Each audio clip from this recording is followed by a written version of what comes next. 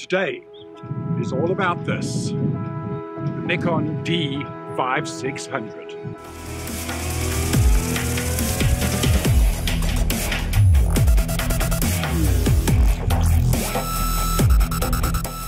I get a lot of emails and messages asking me what is the best value for money cameras and equipment to buy as a photographer or as a YouTuber who is just starting out. I know that one of the biggest issues most new creators face is budget. Not everyone can afford to go out to a camera shop and go buy the latest top-of-the-range gear. So this is the first in a new series of videos that are going to be aimed at entry-level gear for those of you out there who are just getting started out. Right, let's jump in with the Nikon D5600.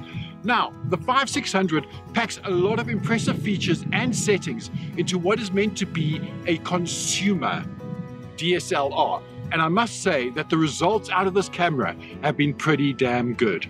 It uses Nikon's EXPEED 4 processor and has a 24 megapixel CMOS sensor, which will give you images of 6,000 by 4,000 pixels. It can shoot at 5 frames per second with an 11 frame buffer. And it has an ISO rating from 100 to 25/600. The autofocus system is a 39-point cross-type AF system, and it does offer face detection in live view. On the video side, it offers 1080 HD up to 60 frames per second in .mov or H.264 MPEG format. The 5600 has a full articulating touchscreen, which is great for getting your camera into those weird places and shooting different viewpoints. It also offers Wi-Fi, Bluetooth, and NFC for connecting and sending images from your camera to your smartphone when you feel like you have to get that Instagram banger out like now. Let's get into the ergonomics of the camera. While it is tiny compared to the likes of my 5D Mark IV, it fits in the hand very well. I've never felt like it was going to slip out of my hand, and the button layout is very good. It's pretty simple to access most of the features without any issues. I do, however, wish that entry-level cameras would come with a second command dial. This one only has one. It's a bit of a pain in the arse having to contort my fingers to the exposure compensation button. So when you're shooting, it's a real pain trying to get over there so that you can change your aperture or your shutter speed depending on what mode you're shooting in. The D5600 inherits Nikon's 39-point multi-cam 4800DX autofocus system, which was originally found in Nikon's D7000, and it still exists in its FX version on the Nikon full-frame D610. The 39 points make for a good focusing system, especially when compared to Nikon's lower-end DSLRs, such as the D3400's basic 11-point system. That's not to say that the Nikon 5600's autofocus performance is flawless. It loses fast subjects more easily than the top-of-the-line systems, but that should be fairly self-explanatory. Overall, it is quite good, especially for what most people buying their first DSLR will want and will use. The autofocus system works surprisingly well in low light condition, and it tracks subjects better than I had expected it would. It's not fantastic, but it's better than I thought it would be. The live view autofocus performance is not as great, and the face detection really struggles as soon as light is not optimal. I did find myself having to switch to manual focus to get what I really wanted a few of the times.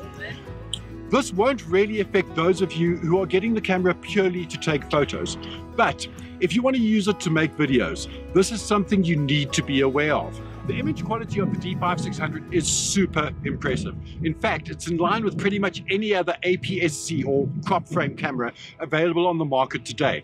I would even go as far as to say that it compares to the like of the Nikon D500, which is almost double the price. When it comes to the different ISO ratings on the D5600, I'm very happy with images all the way up to ISO 1600, and I would even push it to ISO 3200 if necessary. ISO 6400 is usable, but only really if you have to, and any other of those ISO ratings are pretty much just a waste of time. Now, let's get into the video capabilities of the camera. The 5600 has a large LV lever on the top to activate the live preview on the LCD screen. This LV mode has to be activated to start video recording. It records full HD videos, 1920 by 1080 pixels, with frame rates up to 60 frames per second. The 5600 allows for video recording using all standard exposure modes, so that's P, S, A, and M, in manual mode, aperture mode, and shutter speed. Settings can also be set. The camera doesn't use an ISO speed limiter for video recording, and movies can be recorded at ISO 25600. Not that you're going to get anything usable out of that, but you can do it. The camera offers manual sound level control, and for better sound quality, it has a 3.5 microphone jack in the side, and I would highly recommend getting an external mic, as the sound quality from the onboard mic is fairly average. And if there's wind like there is today, the sound will be unusable. That is standard across any of these entry-level cameras. The video quality out of this camera really surprised me, and I was very happy with the color reproduction and the dynamic range that it offers. The footage looks very good straight out of the camera. However, it is slightly too contrasty for my personal taste, which also makes it a lot harder to grade in post-production.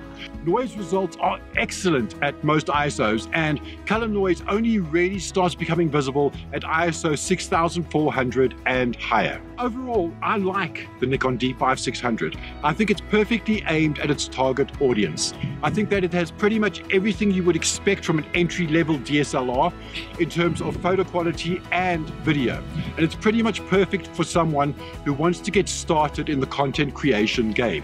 There are, however, many other cameras and manufacturers in this range, and it's always good to do your homework before you commit to buying anything. Feel free to drop any questions that you may have below in the comments, and I will do my best to answer them as quickly as possible. This is the first of these review videos about entry-level gear, and there are many more on the way. Now, you have a fantastic day, and I will see you in the next video.